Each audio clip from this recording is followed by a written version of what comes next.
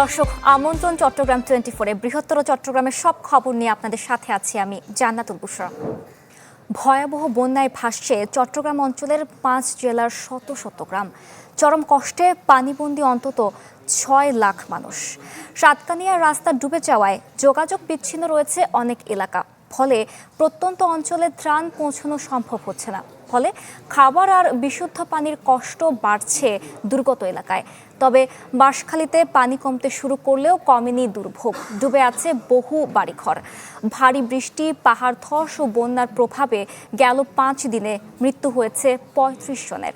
বন্যা পরিস্থিতির কারণে 16 জুলাই পর্যন্ত চট্টগ্রাম বোর্ডের এইচএসসি পরীক্ষা স্থগিত করেছে সরকার। পাশাপাশি 7 উপজেলায় মোতায়েন করা হয়েছে সেনাবাহিনী।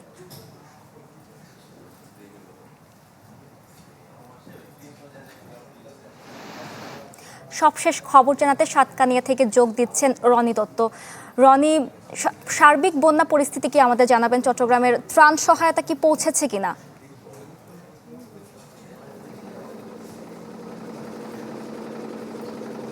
বুশরা, এই মুহূর্তে আমি আছি সাতকানিয়ার নলুয়া জায়গায়। আপনি যদি দেখানোর চেষ্টা করি, এখানে বিস্তীর্ণ যে এলাকা সেখানে পুরোপুরি আসলে পানিতে তলিয়ে আছে। এখানে বোঝার উপায় নেই। এই যে আমরা যেই এলাকাটিতে আছি, এখানে রয়েছে এই ফসলি জমি, কিন্তু আমরা এখানে বোঝার উপায় নেই যে এখানে আসলে ফসলি জমি আছে। যতটুকু চোখ চাই ততটুকু পর্যন্ত পানি আর পানি।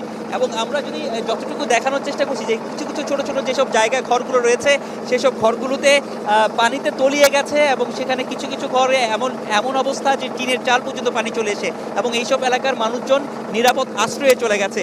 সার্বিকভাবে বলা চলে এখানের যে করুণ অবস্থা এবং এখানকার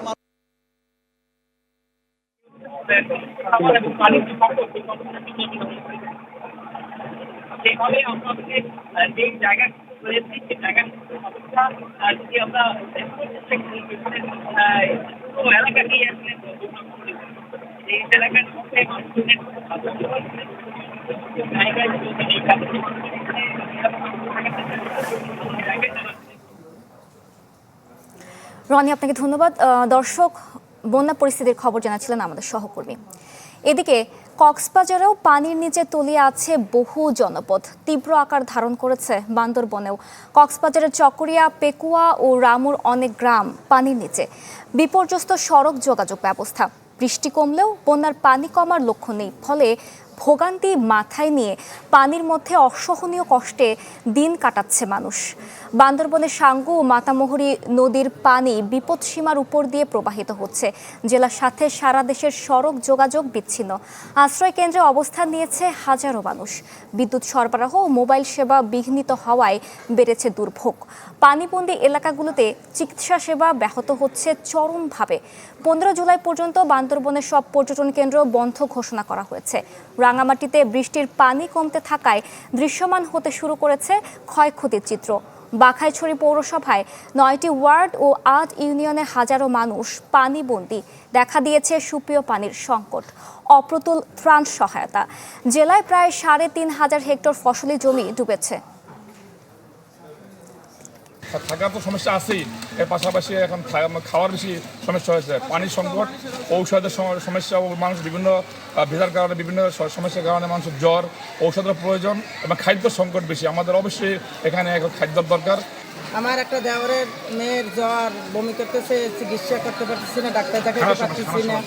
ঘোষিত আশ্রয় কেন্দ্রের বাইরেও বিভিন্ন জায়গায় অনেক লোক আশ্রয় গ্রহণ করেছে। আমাদের কাছে যখন জানানো হচ্ছে যে অমুক বিল্ডিংয়ে এতজন লোক অবস্থান করছে, আমরা সেখানে খাবার পাঠিয়ে দিচ্ছি। অর্থাৎ যেখানেই আমরা ইনফরমেশন পাচ্ছি, যেখানে লোকজন অবস্থান করতেছে, আশ্রয় গ্রহণ করেছে, খাবার পাচ্ছে না, সেখানে আমরা খাবার পৌঁছানোর ব্যবস্থা করতেছি। পানি 2-3টার দিকে কিছুটা কম ছিল। আমরা ওখানে গিয়ে রুম পরিষ্কার করে আসছি। এখন সকালে মাছ সামানা নিয়ে যাবো। এখন গিয়ে দেখতেছি পানি আবার বৃদ্ধি পেয়ে গতকালকে থেকে আগের থেকে আরও 2 ফুটের মতো পানি হয়ে গেছে। মহিলারা আছে, বৃদ্ধ লোক আছে অনেক, এনাদের অসুখ বিসুখ হলে ওষুধের সমস্যা, পানির সমস্যা, থাকার সমস্যা, বাথরুম, খানা দানা সমস্ত দিক দিয়ে সমস্যা হচ্ছে। এখন গবাদি পশু আছে, হাঁস মুরগি আছে, ফেলে অনেক মহিলারা যেতে চাচ্ছে না। কিন্তু আমি খোঁজ নিয়ে দেখলাম যে অনেকে এখনো না খেয়ে আছে, কারণ রান্নার কোনো ব্যবস্থাই নেই। আশ্রয় কেন্দ্রে নিচে কোনো রকম জীবন বাঁচানোর জন্য বাড়িতে অনেক পানি, খাটের ভিতরেও রাখা নেই। বাসায় পানি উঠে গেছে পর্যন্ত, হাঁস মুরগি তারপর আশ্রয় কেন্দ্রে কক্সবাজার থেকে যুক্ত হচ্ছেন সহকর্মী আজিম নিহাদ। আজিম, দেখতে পাচ্ছি কক্সবাজারে এখনো বৃষ্টি হচ্ছে, বন্যার পানি কি পরিমাণ বৃদ্ধি পেতে পারে, আর সুপেয় পানির যে একটা সংকট দেখা দিয়েছে, এ ব্যাপারে প্রশাসন কি উদ্যোগ নিয়েছে?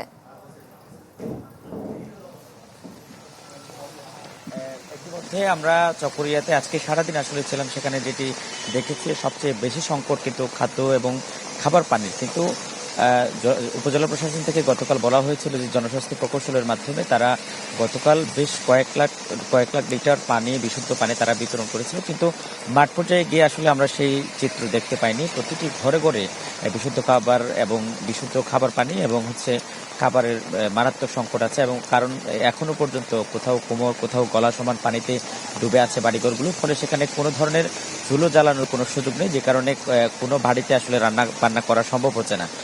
এবং স্থানীয়রা যেটি অভিযোগ করছেন, তারা গত এক সপ্তাহ ধরে পানি নিচে এভাবে থাকলেও তাদের আসলে কেউ খোঁজখবর নেয়নি, উপজেলা প্রশাসন থেকেও নেয়নি, কোনো জনপ্রতিনিধিরাও নেয়নি। ফলে তারা এখন অনেকটা চকরিয়ার মানুষগুলো বিশেষ করে অভিভাবকহীন অবস্থায় রয়েছে, এবং একই অবস্থা কিন্তু পেকুয়াতেও বিরাজ করছে। সেখানেও বেড়িবাঁধ ভেঙে বেশ কিছু ঘরবাড়ি প্লাবিত হয়েছে এবং সেখানেও ভয়াবহ বন্যা পরিস্থিতি দেখা দিয়েছে। যদিও গতকাল রাত থেকে বৃষ্টি কিছুটা কম থাকায় আজকে সেখানে বৃষ্টির পানি কিছুটা না আসায় বন্যার পানি কিছুটা কমে গিয়েছে, এবং তবে এখন যেহেতু আবারও বৃষ্টি শুরু হয়েছে, ফলে এই আশঙ্কা আবারও বৃদ্ধি পেতে পারে।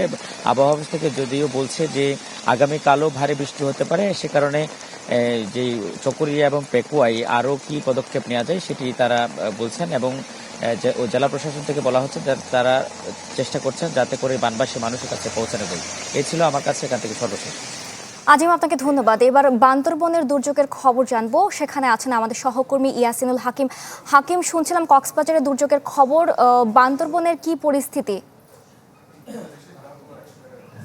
হ্যাঁ বর্ষা, আসলে গত 7 দিনের টানা বর্ষণের পর গতকালকের মতো আজকেও দুপুর 2টা থেকে কিন্তু বৃষ্টিপাত অব্যাহত যে ছিল সেটি বন্ধ হয়েছে। আমরা দেখেছি সকাল থেকে বিভিন্ন নিম্নাঞ্চল যেগুলো আগে প্লাবিত হয়নি, সেই নিম্নাঞ্চলগুলো প্লাবিত হয়েছে। সাঙ্গু নদীর পানি 5 সেন্টিমিটার বিপদসীমার উপর দিয়ে প্রবাহিত হওয়ার কারণে বান্দরবানে প্রায় নতুন করে 300টাধিকের অধিক বাড়িঘর আসলে ইতিমধ্যে প্লাবিত হয়েছে, এবং বিভিন্ন সরকারি বেসরকারি অফিসগুলো প্লাবিত হয়েছে। আমরা লক্ষ্য করেছি বান্দরবানের ফায়ার সার্ভিস, সেনানিবাস থেকে শুরু করে বেশ কিছু জায়গা আসলে প্লাবিত হয়েছে, এবং নতুন ভাবে আসলে পানিবন্দী হয়েছে প্রায় পুরো জেলায় 10,000-এর অধিক মানুষ। আমরা সব মিলিয়ে দেখেছি যে সমস্ত মানুষ পানিবন্দী হয়েছে তারা অনেকেই বলছে আসলে রাতে হঠাৎ করে পানি বৃদ্ধি পাওয়ার কারণেই তারা তড়িঘড়ি করে আসলে আশ্রয়কেন্দ্রে যেতে পারে, বা জানাজানি না হওয়ার কারণে তারা অনেক তাদের আসবাবপত্র নষ্ট হয়ে গিয়েছে বলে জানিয়েছে। এবং পৌর প্রশাসকের সাথে কথা বলেছে, তিনি যেটি জানিয়েছে পৌরসভার যে 19টি আশ্রয় কেন্দ্র রয়েছে প্রত্যেকটি জায়গায় যারা আশ্রয় নিয়ে আশ্রয় কেন্দ্র ছাড়াও বিভিন্ন জায়গায় আশ্রয় নিচ্ছে তাদেরকে তারা রান্না করা খাবার এবং বিশুদ্ধ পানি সরবরাহ করছে। তারপরে কিন্তু আশ্রয় কেন্দ্রে যারা রয়েছে তারা যেটি বলছে, বিশুদ্ধ পানির একটা তীব্র সংকট তারা লক্ষ্য করেছে। বিভিন্ন জায়গায় স্যানিটেশনের অভাব রয়েছে, যে আশ্রয় কেন্দ্রগুলো প্রস্তুত করা হয়েছে বিভিন্ন জায়গায় বিদ্যুৎ সংকটের কারণে কিন্তু অনেক আশ্রয় কেন্দ্রে কিন্তু পর্যাপ্ত পানি না থাকার কারণে তারা টয়লেট, বাথরুম বা এগুলো ভালোভাবে করতে পারছে না বলে আমাদেরকে জানিয়েছে। এবং অন্যদিকে যে বিষয়টা আসলে লক্ষ্য করে সেটা হচ্ছে পানির সংকটের পাশাপাশি মানুষের বিভিন্ন রোগ ব্যাধি তৈরি হয়েছে, সেই রোগ ব্যাধির ওষুধ এবং চিকিৎসার সংকটও তারা পড়েছে বলে জানিয়েছে। আমরা কথা বলেছি জেলা প্রশাসকের সাথে, জেলা প্রশাসক আমাদেরকে জানিয়েছে পাহাড়ে পাদদেশে যে সমস্ত মানুষ আসলে বসবাস করছে তাদেরকেও আসলে সরিয়ে নিয়ে আসার জন্য তারা বিভিন্ন উদ্যোগ নিয়েছে। পাশাপাশি গত 6 দিনের যে টানা বর্ষণে 5 জন পাহাড়দোষে 5 জনের মৃত্যু হয়েছে এবং পানিতে বেঁচে একজন শিশুর মৃত্যু হয়েছে। সব মিলিয়ে কিন্তু এখনো নিম্নাঞ্চলগুলো প্লাবিত রয়েছে। বৃষ্টিপাত 3 ঘন্টা ধরে না হলেও কিন্তু নিম্নাঞ্চলে পানির যে স্রোতটা সেটি এখনো অব্যাহত রয়েছে। বর্ষা। হাকিম, আপনাকে ধন্যবাদ। রাঙামাটি খবর জানাতে যুক্ত হচ্ছেন জিয়াউল হক। জিয়া, কি খবর রাঙামাটির সার্বিক বন্যা পরিস্থিতি আমাদের জানাবেন। বুশরা, রাঙ্গামাটিতে গত 2 দিন ধরে বৃষ্টিপাত না হয় বাঘাইছড়ির যে বন্যা পরিস্থিতি সেটা কিছুটা উন্নতি হয়েছে। সেখানকার প্রায় 3,500 মানুষ যে আশ্রয়কেন্দ্রে অবস্থান করছিলেন তা কিছুটা কমে এখন প্রায় 1,500 মানুষ অবস্থান করছে। উপজেলা প্রশাসনের পক্ষ থেকে সবগুলো আশ্রয় কেন্দ্রে যারা অবস্থান করছে তাদেরকে 3 বেলার খাবারের দেওয়ার কথা জানালো। সেখানকার বেশ কিছু গ্রামের আমরা খোঁজ খবর নিয়ে জেনেছি এখন পর্যন্ত যারা আশ্রয় কেন্দ্রে অবস্থান নেয়নি তারা এখন পর্যন্ত সেভাবে সরকারি যে ত্রাণ সহায়তা সেটি পৌঁছাতে সেটা পৌঁছায় নেই বলে তারা জানিয়েছেন। এছাড়া রাঙামাটির যে বেশ কিছু এলাকা রয়েছে, যেমন নতুন করে যে প্লাবিত হয়েছে রাঙামাটির জুরাইছড়ির বরকলের যে ফারোয়া, যে পুরো ইউনিয়নটি এখন পর্যন্ত পানিতে তলিয়ে আছে, সেই খবরটি আমরা জেনেছি। এবং বিলাইছড়ি উপজেলা নির্বাহী অফিসারের সাথে আমরা কথা বলেছি, তিনি যেটি বলেছেন তীব্র স্রোতের কারণে বিলাইছড়ি যে ত্রাণ সহায়তা যে পৌঁছানোর দরকার, সেটি আসলে তারা এখন পর্যন্ত পৌঁছাতে পারেনি বলে জানিয়েছেন। এছাড়া বরকলের আজকে বিকেল বেলা আমরা খবর পেয়েছি রাঙামাটির সংসদ সদস্য, তিনি এখানকার বিভিন্ন আশ্রয়কেন্দ্র ঘুরে দেখেছেন, একই সাথে সেখানকার যে দুর্গত মানুষ রয়েছেন তাদেরকে খাবার সহ অন্যান্য যে ত্রাণ সামগ্রী সেটি পৌঁছে দেওয়ার তারা চেষ্টা করেছেন। রাঙামাটি যে জেলা শহরের এখন পর্যন্ত 120টি স্থানে বিভিন্ন জায়গায় পাহাড় ধসের ঘটনা ঘটেছে। রাঙামাটিতে এখন পর্যন্ত প্রায় 3 জন মানুষের প্রাণহানি ঘটেছে বিভিন্ন সময়। জেলা প্রশাসনের পক্ষ থেকে বলা হয়েছে যারা আশ্রয়কেন্দ্রে অবস্থান করছে তাদেরকে 3 বেলা খাবার দেওয়ার হচ্ছে এবং স্যানিটাইজারের ব্যবস্থা, বিশেষ করে বাগাইছড়িতে বেশ কয়েকদিন ধরে বন্যা কবলিত এলাকায় থাকা, সেখানে অনেকগুলো ঘরে এখন পর্যন্ত আগুন জ্বলেনি এবং সেখানে তীব্র আকারে সুপেয় পানির সংকট দেখা দিয়েছে। সেই সুপেয় পানির সংকটে উপজেলা প্রশাসন কাজ করছে বলে আমাদের জানিয়েছেন। বুশরা, এই ছিল রাঙামাটি থেকে সবশেষ তথ্য আমার কাছে। জি, আপনাকে ধন্যবাদ। দর্শক, বন্যা পরিস্থিতির সার্বিক খবর জানাচ্ছিলেন আমাদের সহকর্মীরা। চট্টগ্রামে বন্যা দুর্গত সবার কাছেই ত্রাণ পৌঁছানো হবে, কোনো অবহেলার সুযোগ নেই, এমন কথা জানিয়েছেন জ্বালানি ও খনিজ সম্পদ প্রতিমন্ত্রী অনিন্দ্য ইসলাম। দুপুরে তিনি সার্কিট হাউসে সমন্বয় সভা করেন। সেখানে উপস্থিত ছিলেন সিটি মেয়র, বিভিন্ন আসনের সংসদ সদস্য ও প্রশাসনের ঊর্ধ্বতন কর্মকর্তারা। সভায় প্রতিমন্ত্রী জানান, স্থানীয় প্রশাসনের মাধ্যমে বিভিন্ন উপজেলায় ক্ষয়ক্ষতি নিরূপণের কাজ চলছে। বানের পানি নেমে গেলে সব ধরনের পুনর্বাসনের কাজ শুরু হবে। তবে তার আগে বন্যা কবলিত এলাকায় মানুষজনকে উদ্ধার ও তাদের কাছে সহায়তা পৌঁছানোকে সরকার গুরুত্ব দিচ্ছে। পরে তিনি বাঁশখালী পরিদর্শনে যান।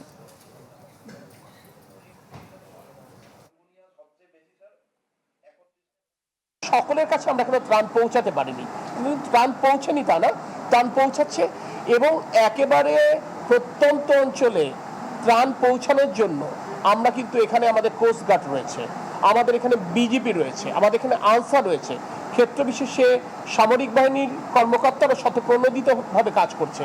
তো এটা সমন্বয়ের ভিত্তিতে কাজ করছে। দক্ষিণ চট্টগ্রামের এই উপজেলাগুলোতে বেশি ক্ষতিগ্রস্ত, তো সেখানে ত্রাণের পরিমাণও আমরা বাড়াচ্ছি এবং এটা প্রকৃত যা প্রয়োজন সেখানে যেন প্রত্যেকের কাছে যেন এটা পৌঁছায় সেটা নিবিড়ভাবে পর্যবেক্ষণ করবার জন্য সংশ্লিষ্ট ইউনিয়নদেরকে নির্দেশনা দেওয়া হয়েছে।